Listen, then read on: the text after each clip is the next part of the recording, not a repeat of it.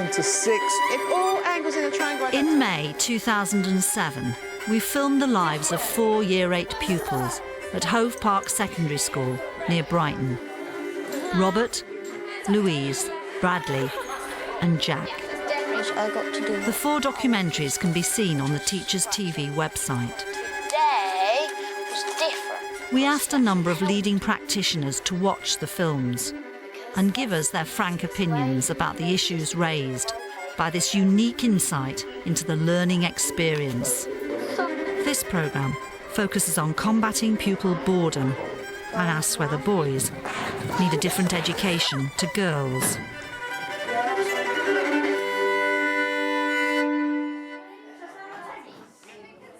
Ask any child what they think of school, they'll always say the same answer: it's boring.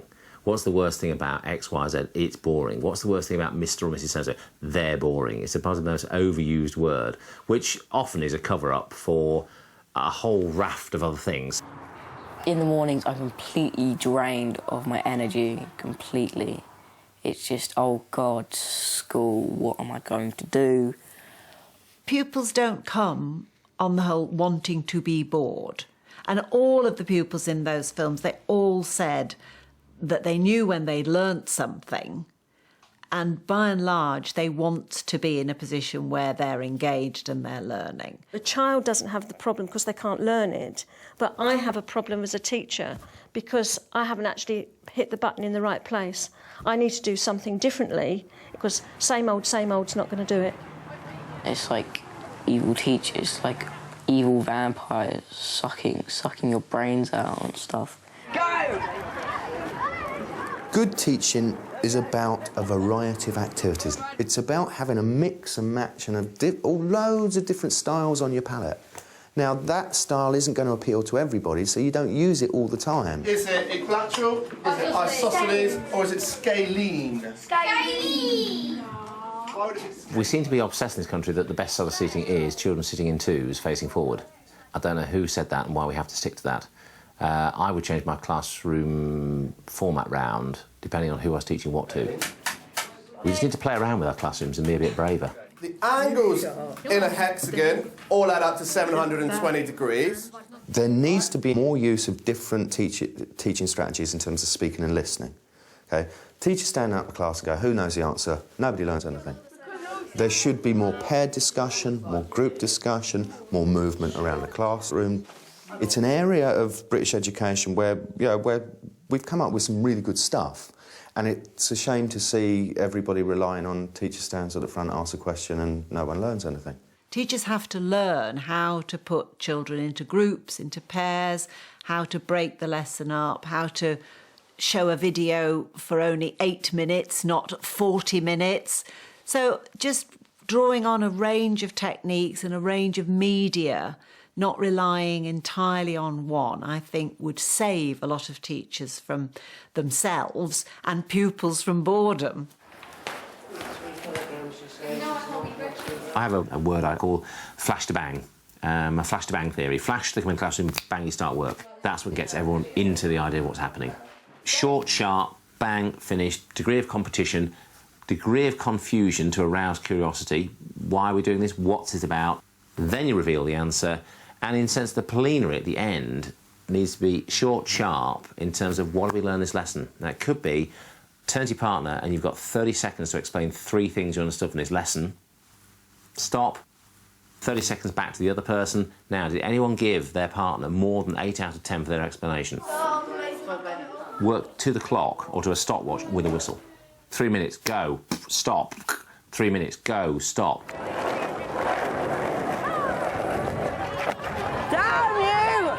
They take you to a foreign country. Jack and Louise had very different opinions about the same history lesson. Everything that's familiar to you has gone. History by miles is definitely my favourite lesson. I don't think we need to write today because it's Friday afternoon, but we need to use our thinking, we need to use our sympathy. In history, we learn about the slave trade at the moment, about how they sold the slaves on, like inspecting them and all that. And I love stuff like that. You are going to do your own slave auction. So let's get into groups with a bit of space. In my history book, I haven't hardly filled up any pages, and all the girls in the class are kind of expecting a bit more, sort of, more writing and stuff, because I think that's how you learn most of it. We should do a woman and a man. Can't be that. Who's gonna? I'll be the guy that comes up and checks. Well, he liked it because it was active, and that's obviously his preferred learning style. And he got a lot of fun out of it. He got a lot of positive reinforcement from the teacher about his group and how well he was doing. I didn't see him actually get to the stage of learning anything. I saw him enjoying it. So whether he did learn a great deal through that method, I'm not absolutely sure. Jack, you come from that way because the stair.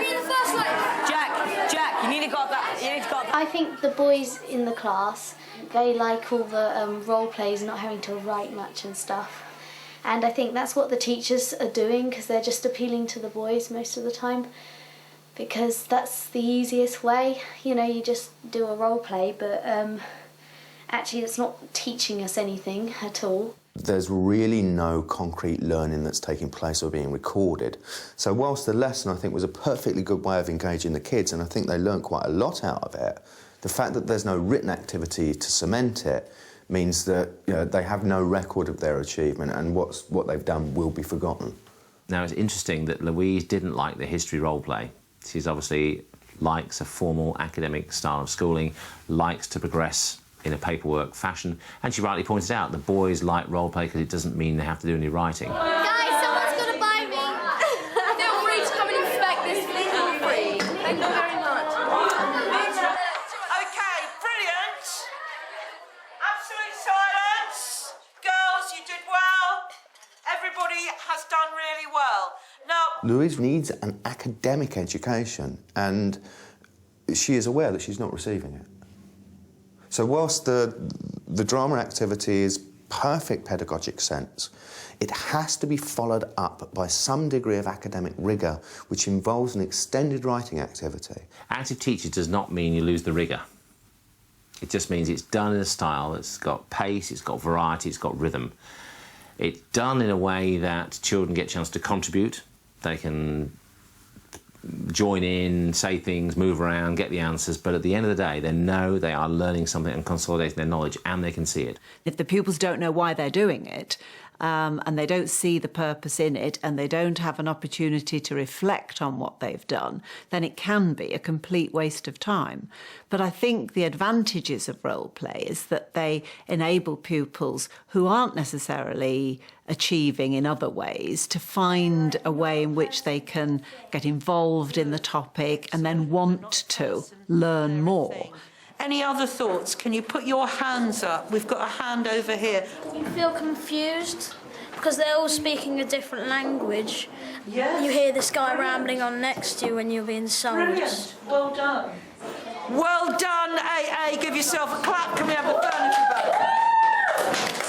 Fun is a very important part of effective learning, but we mustn't fall into the trap of thinking that if a lesson's fun, it's a good lesson just because it's fun, because children will do all sorts of things that are fun that aren't around learning.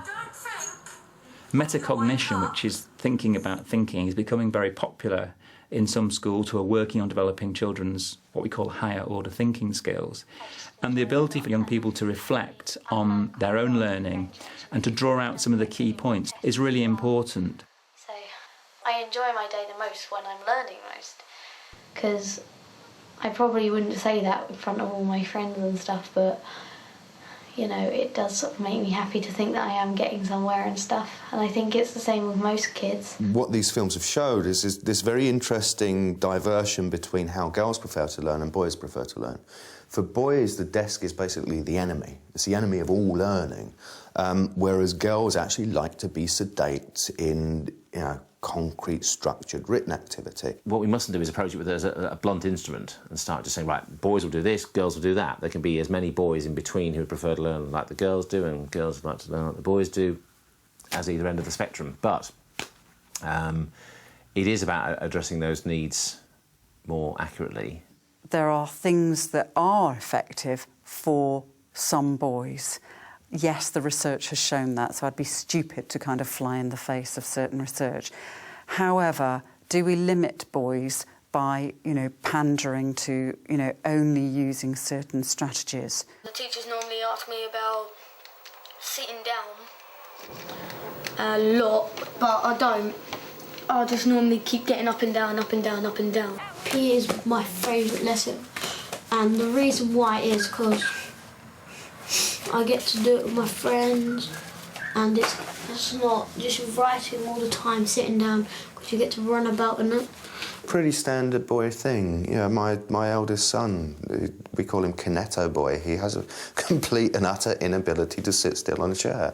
First 2 people to get caught go on next round. There was lots of rolling about, listlessness, fidgeting. All knew that they had difficulty sitting down, couldn't sit still, didn't like to pay attention, didn't like anything too much writing. All classical signs of what boys are like. Then there's Louise, articulate, facing the camera, very capable of putting into words how she feels about her direct experiences at school. No fidgeting, no lolling on the bed. It's just an interesting scenario, and one in which you do wonder if the diamond system of boys together at primary school and separated for the first part of secondary, then put together back for sixth form or college would actually work quite well. A giant one to go. Right. I don't think boys and girls should necessarily be taught differently. And I don't think, I was head of an all-girls school and I was deputy head in an all-boys school. And actually the biggest difference between the schools was not the gender of the pupils. There are other differences. Class is one. Ethnic backgrounds all make differences in the way pupils respond. So the gender divide is probably just the most obvious. In the sea. Does that mean that we separate girls and boys out because they sometimes require different things? Well, the evidence suggests that that is going to disadvantage boys, actually, more than it disadvantages girls, because when that happens, the civilising influences of girls sometimes results in boys having less effective learning. I also think that from a social point of view, it's quite important for girls and boys to grow up kind of coexisting, because that's life, isn't it? I don't think boys are more difficult to teach than girls. I don't think you can make those kinds of broad generalisations. And certainly my experience in an all-girls school, I felt that quite often girls behaved like boys to fill the space that boys had left behind. So you get quite...